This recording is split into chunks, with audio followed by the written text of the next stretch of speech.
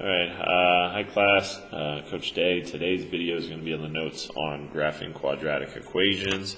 Now, I did put a link in the stream on an app you can download that'll let you use a graphing calculator at home. It's the same model as what we use in class, and then as you can see behind, I have the app already opened up. So it should be a really similar one. If you have issues with it, let me know. Today's notes, we're going to go over graphing quadratic equations as well as finding the domain and the range. And we're going to just graph on the calculator, write our points down, and then put it on paper and do it by hand. So first, remember, domain is the x values. They go left and right. And for quadratics, this will always have arrows. And when you see the arrows, you know that it keeps going. So it should be always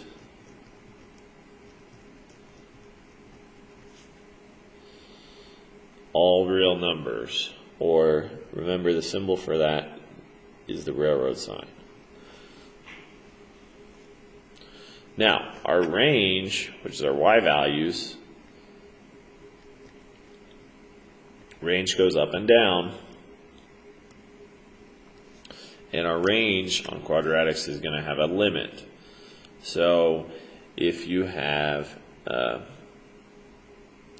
quadratic opening up like this, that's going to have a minimum, right? So your range is going to be y is greater than or equal to whatever that number is. Whatever 3, -6, however far down it goes. You're going to just use the greater than symbol or equal to.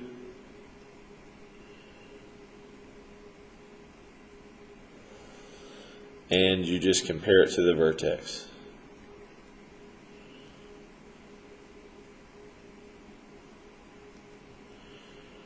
So it will still be very helpful to find the vertex. Now, if you have a parabola that opens up downward and has a maximum, your range is always going to be y is less than or equal to whatever that number is.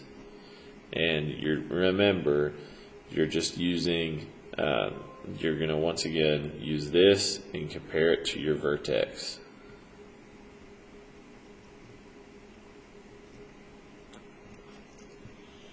So here's what I mean by that.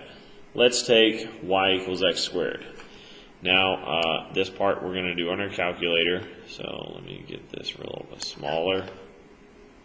So go to your calculator, and you're going to go to your y equals plot, boom, and you're just going to type in x squared, all right? And then you'll hit graph, and you can see it, boom. That's what our graph would look like. Now, once you get the graph, what you're going to do to find our points, to plot it, let's look at our second table. Now, your vertex is always going to be the point where it changes from where on either side it's a repeated number. So our vertex right there is at 0, 0. Or if you can tell from where the graph is, that minimum, that bottom point, we can already tell is 0, 0. If you can't tell, go to the table and look at where the values repeat on the y. Once you get a repeat with a number in the middle, that's going to be your vertex.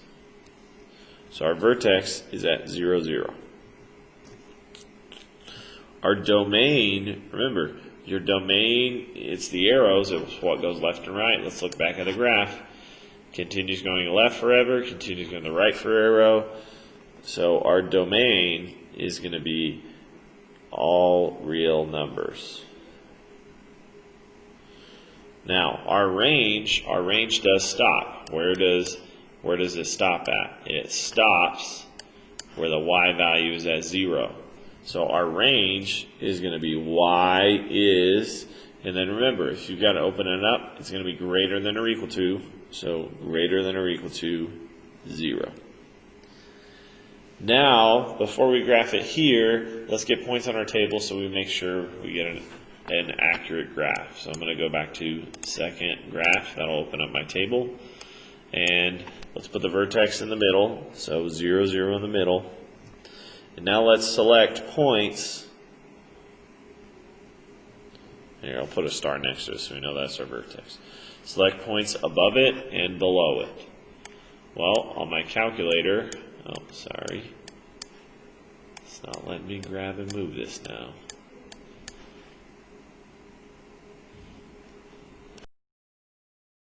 Alright, so on the calculator, you may have to scroll up or down to get a few points above and below. So I scrolled up just a little bit. So a couple points above it would be at -1 and -2 for the x. And the y's, it gave me at -2, it's going to be 4. And at -1, we get +1. Now for the ones below it, we've got 1 and 2. And we also get 1 there and 4 there. So we're just going to go through and graph this. Points at 0, 0, boom. And our next one is at -1, 1. 1, 1. -2, 4. And 2, 4. So there is my parabola of x squared.